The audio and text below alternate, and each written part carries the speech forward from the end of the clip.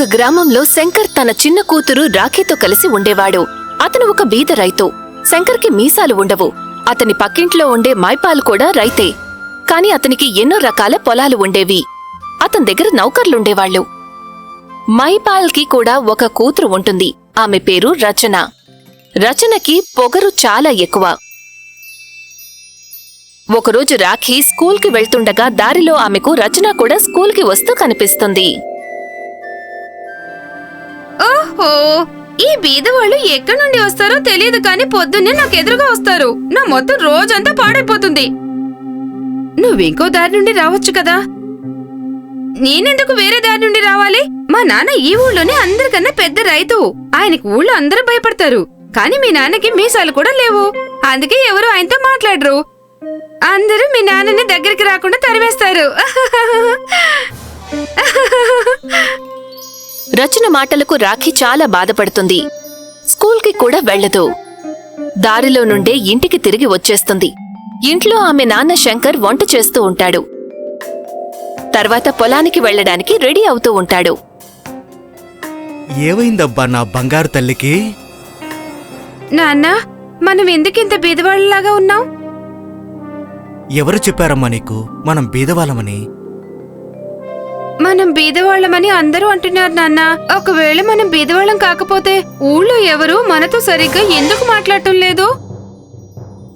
చూడమ్మా, బీదవాళ్ళని ఎవరినంటారంటే తినడానికి భోజనం లేని వాళ్ళని. కానీ దేవుడు మనకి తినడానికి 2 పూట్ల సరిపోయేంత భోజనం ఇచ్చాడు కదా. నువ్వు స్కూల్లో చదువుకుంటున్నావు కూడా. మనకింకేం కావాలమ్మా చెప్పు.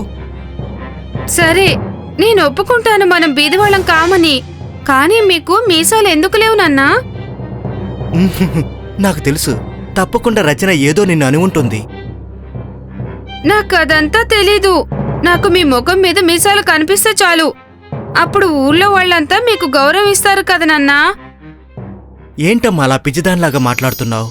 ఇప్పుడు నీకు మీసాలు ఎలా వస్తాయి చెప్పు. నాకు అదంతా తెలీదు. నాకు కేవలం ఈ రోజు సాయంత్రం వరకు మీ ముఖం మీద మీసాలు కనిపించాలి. లేకపోతే నేను అన్నం తినను. అయ్యో, అది ఎలా కుదురుతుందమ్మా? శంకర్ చాలా బాధపడుతూ తన పొలానికి వెళ్లిపోతాడు. కూతురు అలా మాట్లాడిన తరువాత శంకర్ మనస్ఫూర్తిగా పొలంలో పనిచేయలేకపోతాడు. అతనికి రాఖీ మాటలే మాటిమాటికి గుర్తుకొస్తూ ఉంటాయి.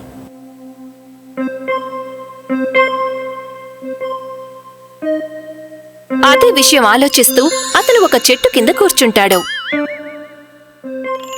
ఇప్పుడు నేను నా చిన్నారి కూతురికి ఎలా చెప్పాలి మనం చాలా బీదవాళ్ళమని, మీసాల్ని పెంచలేమని? ఎందుకంటే నేను మీసాలు పెంచుకుంటే ఊళ్ళో వాళ్ళెవరూ అందుకు ఒప్పుకోరు కదా. ఈ రోజు నాకు మీసాలు పెరగకపోతే నా కూతురు నాకు భోజనం పెట్టదు. ఒకవేళ నేను మీసాలు పెంచుకున్నా అవి ఒక్కరోజులో పెరగవు. దేవుడా, ఏంటి నన్ను ఇలా ఇరకాటంలో పెడుతున్నావు నువ్వు? ఇప్పుడు నేనేం చెయ్యాలి? నేను చనిపోవడం తప్ప నాకు మరో మార్గం కనిపించడం లేదు. పోయినా నా కూతురి బాధ్యతని ఎవరు తీసుకుంటారు? శంకర్ తనని తానే ప్రశ్నించుకుంటూ ఉంటాడు. అదే పనిగా ఏడుస్తూ ఉంటాడు. అలా ఏడుస్తూనే ఎప్పుడు నిద్రపోతాడో అతనికి గుర్తే ఉండదు.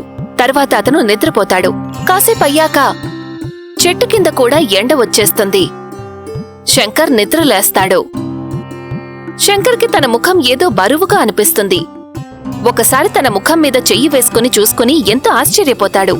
ఎందుకంటే శంకర్ ముఖం మీద మ్యాజిక్ మీసాలు పెట్టి ఉంటాయి. నా ముఖం మీద ఈ మీసాలు ఎక్కడి నుంచి వచ్చాయి? ఒకవేళ ఇది రాఖీ చేసిన అల్లరిపని కాదు కదా. బహుశా తను ఇక్కడ దగ్గరలోనే ఎక్కడో దాగి ఉంటుంది.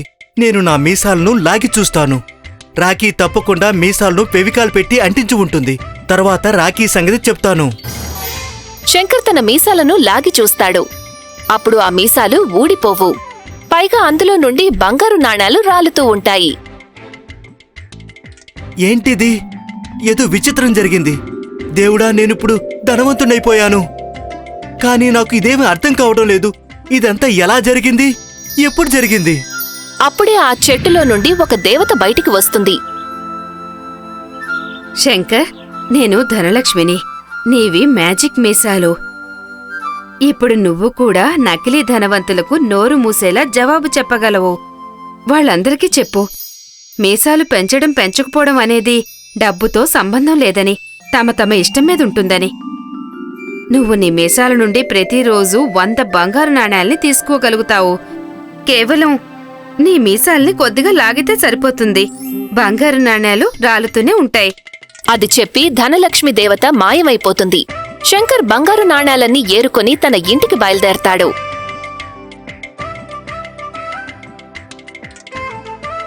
శంకర్ ఇంటికి వెళ్తూ ఉంటాడు. దారిలో అతనికి మైపాల్ కలుస్తాడు. ఏ శంకర్, నువ్వు పిచ్చివాళ్ళలాగా కనిపిస్తున్నావు. ఎందుకు మైపాల్ గారు? నాకేమో మీరే పిచ్చివాళ్ళలాగా కనిపిస్తున్నారు. నువ్వు నా మీదే జోకులు వేస్తున్నావా? నాకు ఈ మాత్రం తెలీదా? నేను బాగా డబ్బున్న రైతుని. నువ్వు నా ముందు మీసాలు పెంచుకోకూడదు. దేవుడు చేసిన దాన్ని మనం ఎదిరించలేం కాని అన్నయ్య, అందరికీ ఏదో ఒకరోజు టైం వస్తుంది. ఇదిగో చూడు, ఇప్పుడు నా దగ్గర 100 బంగారు నాణేలున్నాయి. ఒకవేళ నీ దగ్గర కూడా ఉంటే చూపించు. మైపాల్ అక్కడి నుండి మాట్లాడకుండా వెళ్ళిపోతాడు.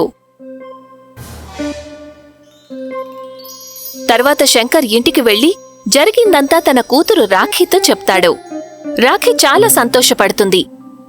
శంకర్ అప్పటి నుండి ప్రతిరోజు తన మీసాల నుండి 100 బంగారు నాణాలను తీసుకుంటూ ఉంటాడు. అందరూ చూస్తూ ఉండగానే అతను కేవలం ఆ ఊర్లోనే కాదు, మొత్తం ఆ ఏరియాలోనే ధనవంతుడైపోతాడు. శంకర్ ఒక పెద్ద బంగళా కట్టుకుంటాడు. అందులో నౌకర్లు కూడా పెట్టుకుంటాడు. ఇప్పుడు రాఖీ కూడా రాజకుమారిలాగా గడుపుతూ ఉంటుంది. ఒకరోజు శంకర్ నిద్రలేచి చూసుకునేసరికి అతని మీసాలు మాయమైపోతాయి. మళ్లీ ధనలక్ష్మి దేవత దర్శనమిచ్చి మ్యాజిక్ మీసాలు పెట్టుకునే సమయం పూర్తయిందని చెప్తుంది. ఆ రోజు శంకర్ బంగ్లాలోకి కొంతమంది అతిథులు వస్తారు. శంకర్, నువ్వు ఈ ఏరియాలోని అందరికన్నా ధనవంతుడివి. నువ్వు మీసాలు ఎందుకు తీసేశావు? నేను మీ అందరితో ఈరోజు ఒక విషయం చెప్పాలనుకున్నాను. మీరందరూ కలిసి ఎన్నో సంవత్సరాలుగా నన్ను ఎగతాళి చేశారు. ఎప్పుడూ నాకు మీసాలు పెంచుకునే అధికారాన్ని కూడా మీరు ఇవ్వలేదు. ఎందుకంటే నేను పేదవాణ్ణి కదా. ఎవరి కష్టాలు వారికుంటాయి. అది వాడి స్థాయి అని ఎప్పుడూ అనుకోవద్దు. ఇక ఎవరి విలువనైనా వారి మీసాలను చూసి అస్సలు లెక్క కట్టొద్దు. అందరితో కలిసి ఉండండి, సంతోషంగా ఉండండి. ఆ విధంగా గ్రామంలో చిన్న పెద్ద తేడా తొలగిపోయి అప్పటి నుండి మీసాలు పెంచుకుని వాళ్లు కూడా అందరితో కలిసి సంతోషంగా గడుపుతుంటారు.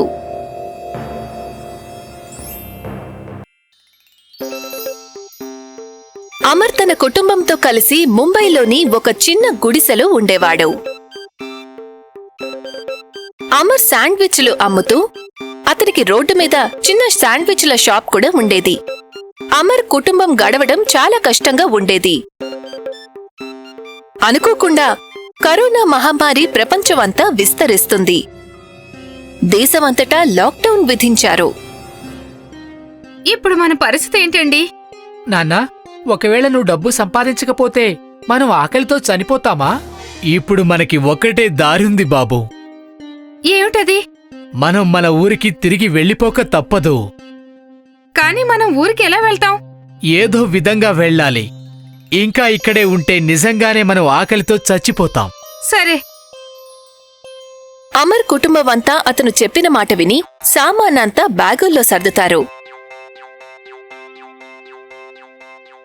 తర్వాతి రోజు ఉదయమే అమర్ తన వాళ్లందర్నీ తీసుకుని గ్రామానికి బయలుదేరతాడు.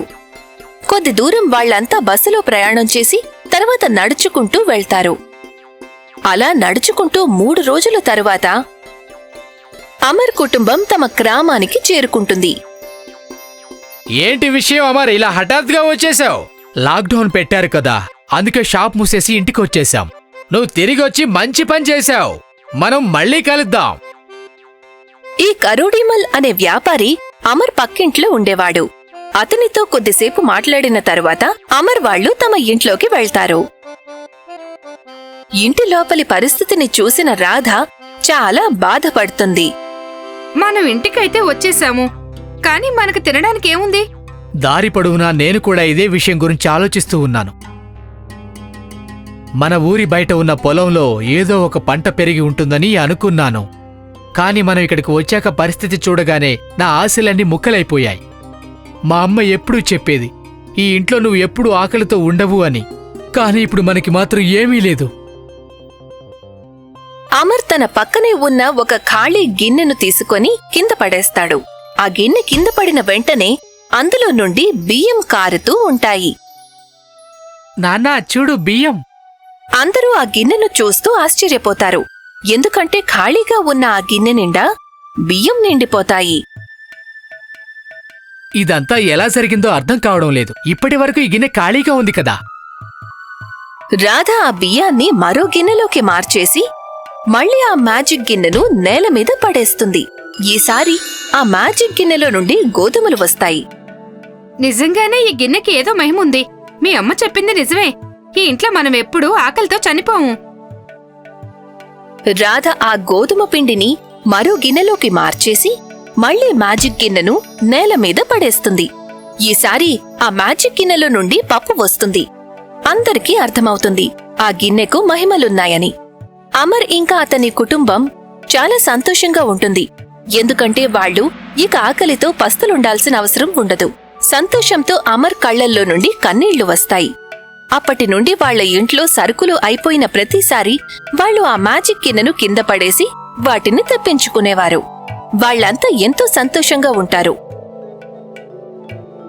ఒకరోజు అమర్ సరదాగా ఊర్లోకి వెళ్తాడు. అప్పుడు అతని చూపు కొంతమంది బీదవాళ్ల మీద పడుతుంది. వాళ్ళు ఆకలితో బాధపడుతూ ఉంటారు. ఆ రోజు నాకు ఆ మ్యాజిక్ గిన్నె దొరికి ఉండకపోతే నాది, మా ఇంట్లోని వాళ్ళందరి పరిస్థితి కూడా ఏమై ఉండేదో ఊహించలేను. నేను వీళ్ళందరికీ కూడా సహాయం చేస్తాను. బీదవాళ్లకి సాయం చేద్దామని ఆలోచిస్తూ అమర్ తన ఇంటికి వస్తాడు. అమర్ చాలాసార్లు మ్యాజిక్ గిన్నెను కింద పడేసి ఒక సంచి నిండా ధాన్యం పోగు చేస్తాడు. తరువాత అమర్ ఆ ధాన్యం సంచిని ఆ బీద కుటుంబానికి దానం చేస్తాడు. అప్పుడు వాళ్లంతా అమర్ని మనస్ఫూర్తిగా దీవిస్తారు. వాళ్లకి సాయం చేసినందుకు అమర్ చాలా సంతోషంగా ఉంటాడు.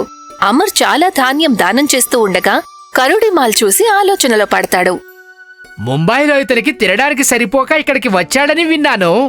ఇప్పుడు చూడండి, ఇక్కడికి వచ్చి దానం చేస్తున్నాడు. ఇందులో ఏదో రహస్యం ఉంది. ఇతనికైతే ఇంట్లో ఏదైనా ఖజానా దొరకలేదు కదా. ఈ విషయం ఏదో తెలుసుకొని తీరాల్సిందే. వ్యాపారి కరుడిమాల్ అమర్ని వెంబడిస్తాడు. అతను కిటికీ వెనకాల చాటుగా ఉండి అమర్ అతని భార్య మాటలు రహస్యంగా వింటాడు. రాధా, ఆ బీదవాళ్ళకి సహాయం చేస్తున్నప్పుడు నేను ఎంత సంతోషంగా ఉంటానో నీకు మాటల్లో చెప్పలేను. ఒకప్పుడు మనం కూడా వాళ్ళలాగే ఉండేవాళ్లము. అవును, ఒకవేళ మనకి ఆ మ్యాజిక్ గిన్నె దొరికి ఉండకపోతే మనం ఇప్పటికీ అలాగే ఉండేవాళ్లం. రాధ మ్యాజిక్ గిన్నెను నేల మీద పడేయగానే అందులో నుండి బియ్యం రావడం కరుడిమాల్ చూస్తాడు. అది చూడగానే కరుడిమాల్ ఎంతగానో ఆశ్చర్యపోతాడు. అంటే ఈ దానవీరుడి వెనుక ఉన్న రహస్యం ఇదన్నమాట. ఎలాగైనా ఆ మ్యాజిక్ గిన్నెని నా సొంతం చేసుకుని దాని సహాయంతో బ్యాగుల మీద బ్యాగుల ధాన్యాన్ని నింపి మార్కెట్లో అమ్ముకుంటాను. తర్వాత తొందరలోనే ఈ ఊళ్ళో అందరికన్నా ధనవంతుడైపోతాను. వ్యాపారి కరోడిమాల్ మనసులో ఎలాగైనా ఆ మ్యాజికల్ గిన్నెను కొట్టేయాలని స్వార్థం ప్రవేశిస్తుంది. వ్యాపారి కరోడిమాల్ కిటికీ బయటే చాటుగా ఉండి అమర్ ఇంట్లోని వాళ్లంతా పడుకునే వరకు ఎదురుచూస్తాడు. అమర్ ఇంట్లోని వాళ్లంతా నిద్రపోగానే వ్యాపారి కరోడిమాల్ మెల్లగా అడుగులు వేసుకుంటూ అమర్ ఇంట్లోకి దూరతాడు. తరువాత అక్కడి నుండి మ్యాజిక్ గిన్నెను ఎత్తుకుపోతాడు. ఆ మ్యాజిక్ గిన్నెను తీసుకుని కరోడిమాల్ తన ఇంటికి వెళ్తాడు. ఇప్పుడు నేను మ్యాజిక్ చేస్తాను చూడండి. ఈ మ్యాజిక్ గిన్నెతో నేను బోలెడన్ని బ్యాగుల్లో ధాన్యం నింపుతాను. వాటిని అమ్ముతూ అమ్ముతూ నేను తొందరలో పెద్ద ధనవంతుడైపోతాను. కాని వ్యాపారి కరోడిమాల్ మ్యాజిక్ గిన్నెను నేల మీద పడేయగానే అందులో నుండి మంటలు బయటికి వస్తాయి. చూస్తుండగానే ఆ మంటలు కరోడిమాల్ ఇల్లంతా వ్యాపించి అన్నిటినీ కాల్చేస్తాయి. అయ్యో, నా ఇల్లు నా ఇల్లు నా ఇల్లు మంటల్లో కాలిపోతుంది. కొంతమంది గ్రామస్తులు ఆ మంటల్ని ఆర్పేందుకు ప్రయత్నం చేస్తారు. అప్పుడే అక్కడికి అమర్ వస్తాడు. అమర్ని చూడగానే వ్యాపారి కరోడిమాల్కి కోపం వస్తుంది. ఈ మంటలు నీ ఇంటికి అంటుకుంటే బాగుండేది. నేను నీ మ్యాజిక్ గిన్నెని ఇక్కడికి తీసుకురాకపోతే నా ఇంటికి మంటలు అంటుకునేవి కాదు. వ్యాపారి కరోడిమాల్ ఆ మ్యాజిక్ గిన్నెను పైకెత్తి అమర్ ఇంటి వైపు విసిరేస్తాడు. మ్యాజిక్ గిన్నె వచ్చి అమర్ ఇంటి ముందు పడగానే అందులో నుండి బంగారు నాణాలు బయటికి వస్తాయి. అది చూడగానే అమర్ అతని భార్య కొడుకు ఆశ్చర్యపోతారు. అమర్ రాధ వాళ్ల కొడుకు కలిసి బంగారు నాణాల్ని జాగ్రత్త చేస్తారు. కాని ఆ రోజు నుండి ఆ మ్యాజిక్ గిన్నెలో నుండి ఏవీ బయటికి రావు. బహుశా ఆ మ్యాజిక్ గిన్నెకు ఉన్న మహిమలు పోయి ఉంటాయని అందరూ అంటారు. కాని ఆ మహిమలు పోయే ముందే ఆ మ్యాజిక్ గిన్నె అమర్ని ఎంత ధనవంతుణ్ణి చేసిందంటే అతను ఎంతో మంది బీదవాళ్లకి సాయం చేసేంత. అమర్ అందరికీ సాయం చేయడం వల్ల అతనికి మ్యాజిక్ గిన్నె ధాన్యం ఇచ్చింది. కాని వ్యాపారి కరోడిమల్ మనసు స్వార్థంతో నిండి ఉంటుంది. అందుకే మ్యాజిక్ గిన్నె కరోడిమల్ వద్ద నుంచి అతని సర్వస్వాన్ని తీసుకుంటుంది. అందుకే అంటారు దురాశ దుఃఖానికి చేటు అని.